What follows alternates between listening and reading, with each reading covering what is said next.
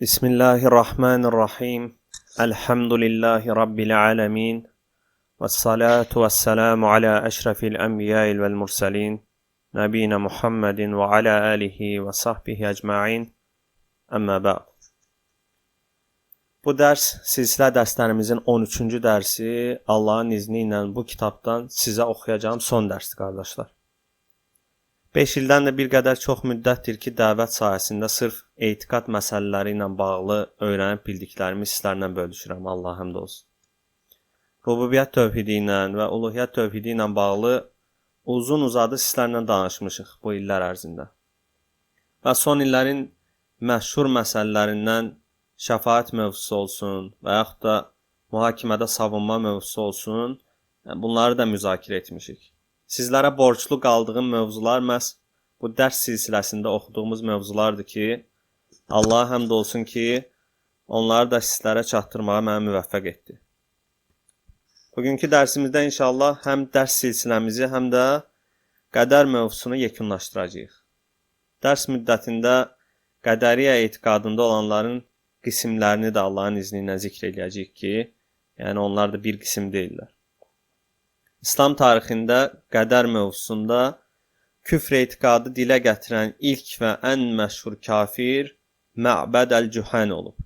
Yəni, tarixdə bilinən, İslam tarixində bilinən bu etiqadın qurucularından hesab olunan kəs Mə'bəd əl-Cühəni adında birisi olub. O da Muaviyyə ibn Əbu Sufyan radiyallahu anhunun xilafətinin son dönəmlərində, təxminən hicrətin 60-70-ci illərində Şamda bu etiqadı mənimsəyib, sonra da Bəsrədə bu bidətini yaymağa başlayıb.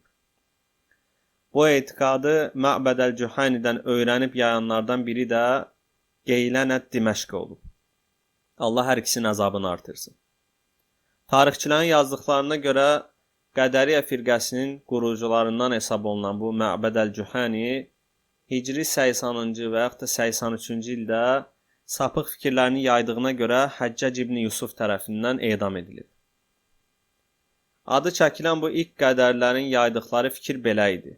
Yəni, keçən dərsimizdə sələfin qədər haqqında olan etiqadını sizlərlə oxumuşduq, öyrənmişdik. Bu dərsdə də Qədəriyyə firqəsinin ümumən etiqadı nəyə dayanıb, onlar hansı fikirləri müdafiə edirdilər, o məsələlərə toxunacağıq.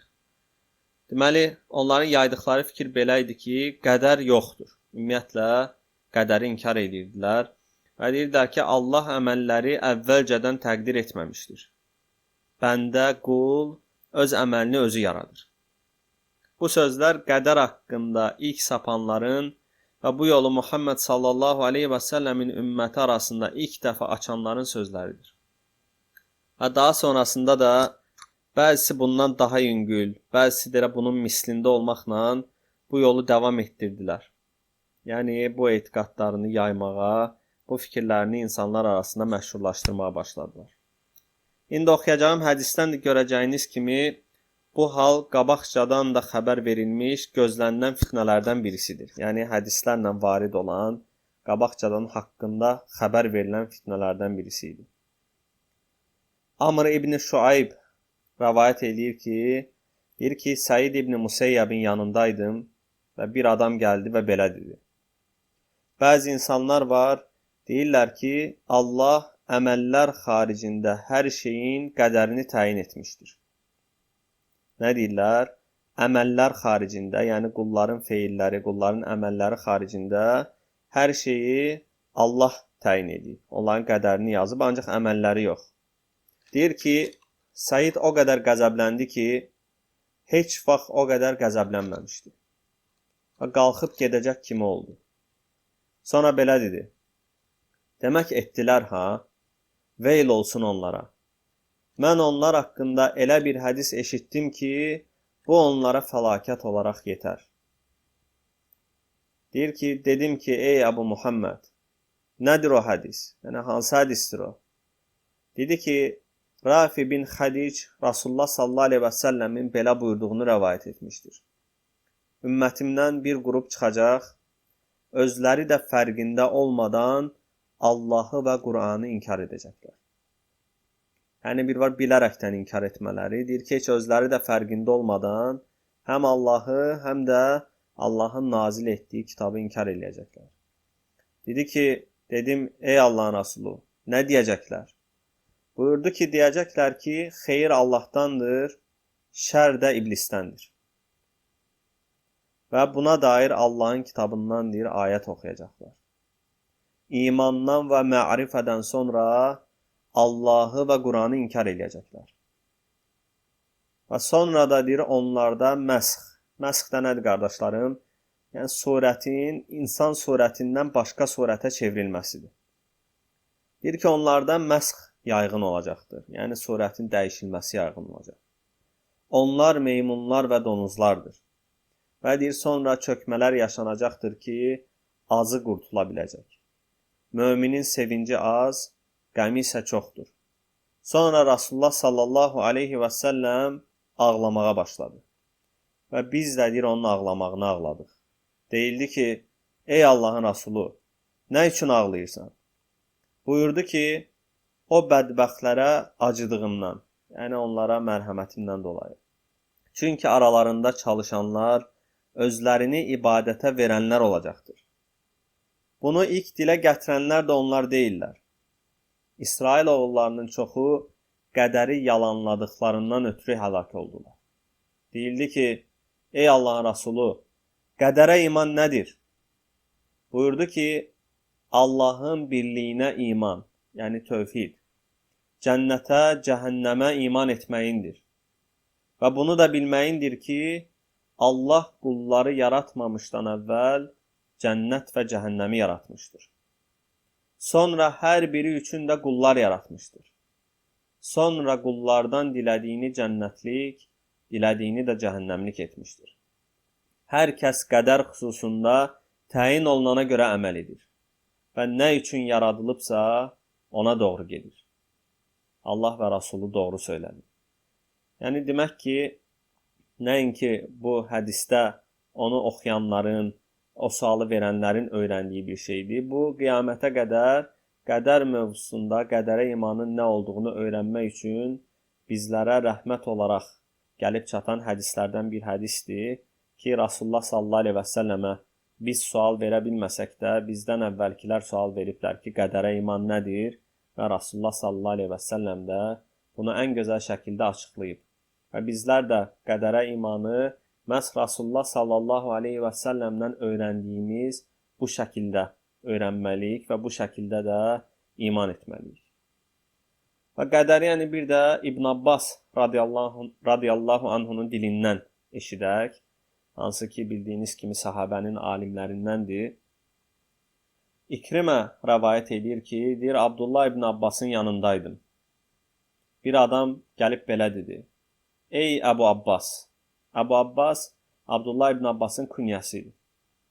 Deyir ki, ey Əbu Abbas, qədəriyyə kimdir, mənə anlat. Yəni, bu qədəriyyə firqəsi, bu fitnəkarları soruşur. Deyir ki, şərqdə bizim tərəflərdə, yəni sual verənin sözləridir hələ, deyir, şərqdə bizim tərəflərdə İraqı qəsd eləyir. İnsanlar, deyir, ixtilafa düşdülər. İbn Abbas, Allah ondan razı olsun, belə dedi.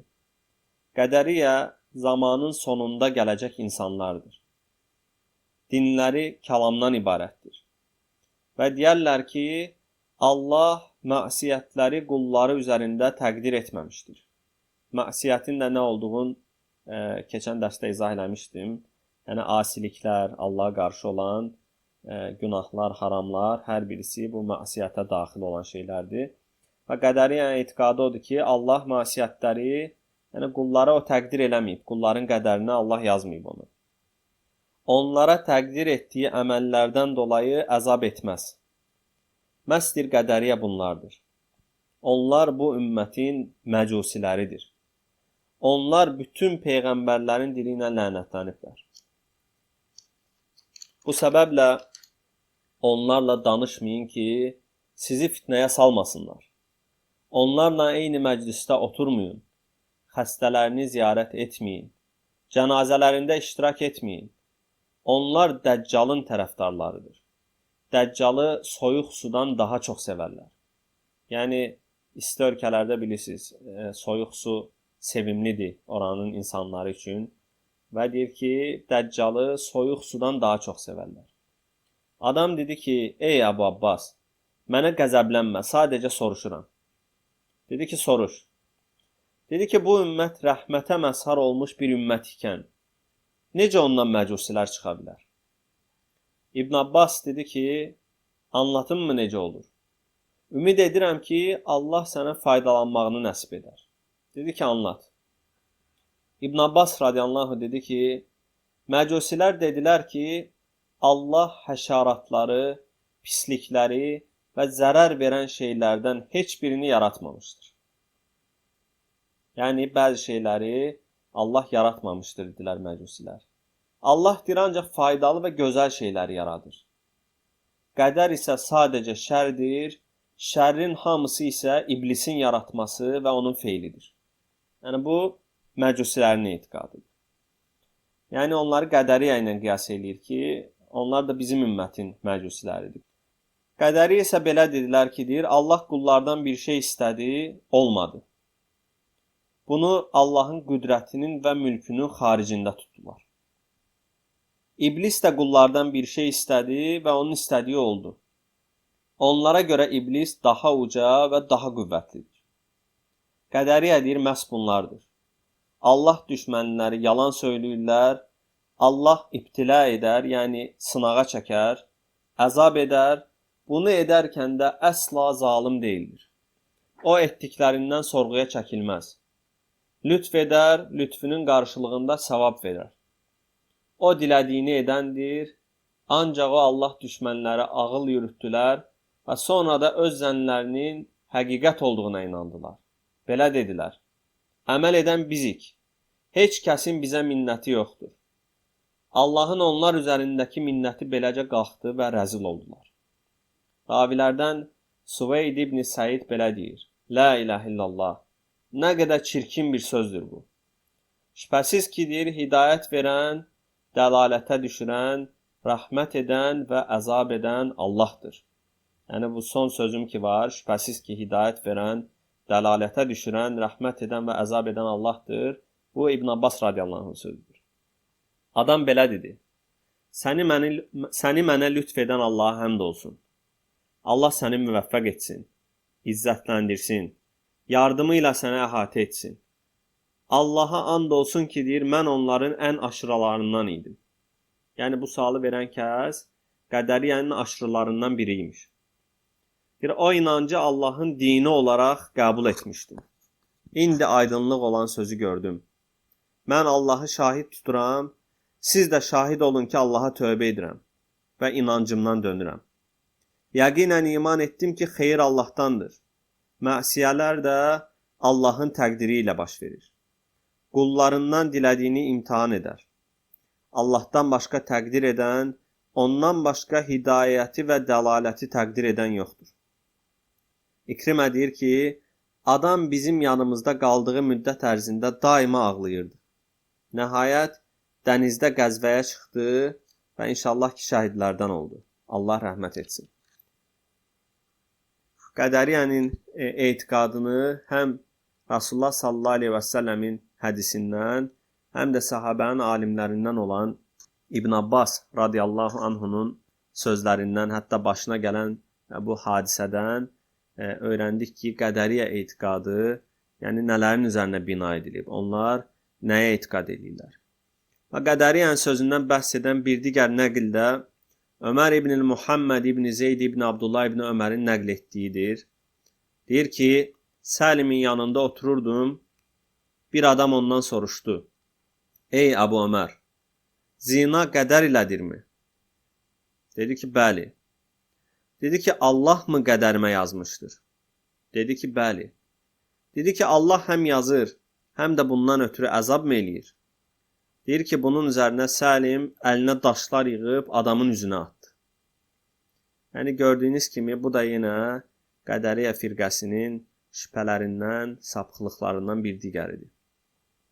İmam Şafiidən həmçinin qədəriyyənin tərifini zikr eləyir. Muzani deyirdi ki, Şafi belə deyir. Qədəri kimdir bilirsənmi? Qədəri əməli işləməmişdən əvvəl Allah o əməli bilməz deyəndir. Yəni qul əməli işləyir, o əməli işləyəndən sonra Allah bilir. Qabaqcadan, yəni Allahın elmi ilə qabaqcadan hadisə baş verməmişdən qabaq o hadisəni bilmədiyini iddia edirlər. Həm Müzəni rahimehullah, həm də İmam Şafi rahimehullah bu sözləri deyənin kafir olduğunu söyləyirlər. İmam Məlikdən də belə dediyi rəvayət edilmişdir ki, qədəri haqqında deyirdi ki, onların tövbə etmələri istənilər. Əgər tövbə edərlərsə qəbul olunar, etməzlərsə öldürülərlər. Və İmam Lələkəy də qarşımızdakı bu kitabda səhabədən, tabiindən, ətbə-u tabiindən, həmçinin onlardan sonra gələnlərdən sələfin ismi məşhur olan bir çox böyük alimlərindən qədər məsələsində küfrə düşənlərin təkfiri barəsində onlarca nəqillər qeyd edilir. Və bununla yanaşı biz həm də nəyi öyrənirik, nəyi görürük qardaşlar? Qədəriyələr sələfin yanında iki qismə ayrılırlar. Yəni bu firqə, yəni bu cür etiqad sahibləri iki qismdirlər. Onların bir qismi kafir olanlarıdır və bir qismi də bidət əhli olanlarıdır. O kəslər ki, Mə'bədəl-Cühəni kimi qədəri inkar edirlər, Allah heç bir şey təqdir etməmişdir deyirlər, qul öz əməlini özü yaradır deyir, bunlar kafir olanlardır. Və yaxud da İbn Abbasın hədisində oxuduğumuz kimi məcusilərin sözlərini mənimsəyən qismlər olsun, hansı ki onlar Allah həşəratlar kimi, bəzi pisliklər kimi şeyləri yaratmır, Allah ancaq xeyirli olan şeyləri yaradır şəklində danışanlar, onlar da kafir olan qədəriyədir. Və bir də Allahın elmini inkar edən qism ki, onlar da İmam Şafidən oxuduğumuz nəqildəki kimi deyir ki, qul əməli işləməmişdən qabaq Allah onu bilməz. Bunlar da yenə qədəriyənin kafir olanlarıdır. Lakin bu əsilləri, Allahın qüdrətini, Allahın hər şeyi bilməsini inkar eləməyənləri var onların. Sadəcə deyirlər ki, Allah hər şeyi bilir, lakin bəndələrinə də sərbəstlik verib, iradə verib ki, ya xeyir işləsinlər, ya da ki, yəni şərrə meyl etsinlər. Və yaxud da o kəs ki, deyir ki, xeyir Allahdandır bir lütf olaraq, bir mərhəmət olaraq, şər isə deyir Allaha yaraşmaz, qul öz iradəsi ilə onu seçir, yəni şeytana aldadaraq, yəni qul pis əməllər işləyir. Bunlar təkfir edilməyən, bidət əhli olan qədəriyədir. Yəni bu ikinci qism zikr etdiyim, onlar əslə müxalifət etmirlər, Allahın bilməsini, Allahın təqdir etməsini inkar etmirlər. Sadəcə, yəni yanlış anladıqlarından dolayı bəzi məsələlərdə bidətə düşüblər. Və bu kəsləri də əhl-i sünnət təkfir etməyib, sadəcə onları bidət əhli adlandırıb və onlara da bidət əhlinin müamələsini ediblər. Əbu Bəkir Əl-Mərruzi rahimehullah deyir ki, Əbu Abdullaha, yəni İmam Əhmədə qədəri biri haqqında soruşdum. Deyir ki, İmam Əhməd elmi inkar etmədiyi müddətcə o kəsi təkfir etmədi. Və yenə İmam Əhməddən nəql edir ki, əgər Allah Əzzə və Cəllənin elm sifətini inkar edər, Allah bir şeyi o olana qədər bilməz deyərsə, deyir ki, bu kəsin tövbə etməsi istənilər. Yəni, burada da yenə Allahın bilməsini, o hadisə olana qədər Allah Əzzə və Cəllə bilər-bilməz məsələsini əsas alır ki, o əsasa uyğun təkfir olunar, yoxsa olmaz. Deyir, əgər inkar edən birisidirsə, deyir, onun tövbə etməsi istənilər. Yəni, burada həm də nəyə diqqət edin, qardaşlar? Sələfə görə hüccət anlayışı elə məhz bu cürdür. Deyirlər, müasirlər ki, yəni adam hüccət çatana qədər müsəlmandır, onun şübhələri qaldırırlar, belə olar, elə olar. Sələf məsələlərə bu cür yanaşmayıb. O kəsdən ki, küfür zahir olub, onlara deyirlərdi ki, siz bu əməlinizə görə tövbə etməlisiniz, siz küfr etdiniz. Yəni, sələfdə hüccət bu cür olub. Və deyir ki, əgər tövbə edərsə bu ondan qəbul olunar, yox, əgər etməzsə öldürürlər. Bu da sələfin hüccət çatdırma üslubudur. Qurandan və sünnətdən, Rasulullah sallallahu aleyhi və səlləmdən, Rasulullah sallallahu aleyhi və səlləmin səhabələrindən ta üzü bu yana bu usula, bu qaydaya tabi olanların hər birisinin yolu bu cür olub ki, küfr edən kəslərə hüccət çatdırılma məhz bu üslubla olub ki, deyilib ki, sən küfr etdin, filan ayətə görə, filan hədisə görə istəsələr müəyyən qədər izahat da verərdilər ki, küfrünün illəti bulardır, tövbə et. Yəni, tövbə edənə qədər adama müsəlman deməyiblər. Çünki adam müsəlman olsaydı nədən tövbə eləyəcək ki? Zaten küfr eləyib deyə onu tövbəyə çağırırlar. Həmçinin yenə Əbu Bəkir Əl-Məruzidən nəql olunur ki, İmam Əhməddən Allah Əzzə və Cəllənin yaratmadığı bəzi şeylər vardır deyən kəsin kafir olub olmadığını soruşublar. O, əvvəlki hədislərdə oxumuşduq, hansı ki, deyirdilər ki, bəzi şeyləri Allah yaratmayıb, pis olan şeyləri. Və eyni şeyi İmam Əhməddən soruşurlar ki, Allah Əzzə və Cəllənin yaratmadığı bəzi şeylər vardır deyən kəsin kafir olub olmadığı soruşuldu. İmam Əhməd bundan əvvəlki nəqillərdəki kimi yenə cavab verir ki, deyir, tövbəyə çağırılması gərəkir və tövbə edərsə nə yaxşı, tövbə etməzsə, yəni edam edilər, öldürürlər. Demək ki, qədəriyyə firqəsindən, qədəriyyə etiqadında olanlardan təkfir olunanları var və bir də təbdi olunanları var. Yəni, bidətçi adlandırılan və bidətçi müamiləsi görənlər. Və həmçinin qədər haqqında uzun-uzadı danışmaq, kəlama dalmaq, çox sual vermək, mübahisə etmək də yenə qadağan olunan məsələlərdəndir. Çünki bu iblisin yollarından bir yoldur. Mə'mərin anlatdığına görə İmam Zuhri və həmçinin Tavusun oğlu Tavusdan belə rəvayət nəql edirlər. Deyir ki, bir gün İblis Məryəm oğlu İsa əleyhissalamla qarşılaşdı. Ona dedi ki, qədərində yazılandan başqasının sənə isabət etməyəcəyini demirsənmi? Elə isə bu dağın zirvəsinə çıx, sonra özünü aşağı at. Baxaq görək yaşayırsanmı, ölürsənmi? Yəni, İblis İsa əleyhissalama deyir. Tavus deyir ki, İsa əleyhissalam da İblisə belə cavab vermişdir. Dedi ki, Allahın belə dediyini bilmirsənmi? Qulum məni sınamasın. Çünki mən dilədiyimi edərəm. Və deyir ki, Zuhri dedi ki, qul Rəbbini sınaya bilməz.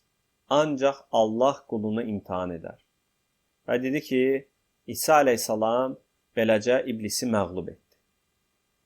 Qədər məsələsində mübahisə etməyin qadağan olunduğunu göstərən ən açıq naslardan birisi də Rasulullah sallallahu aleyhi və səlləmdən nəql olunan bu hədisdir.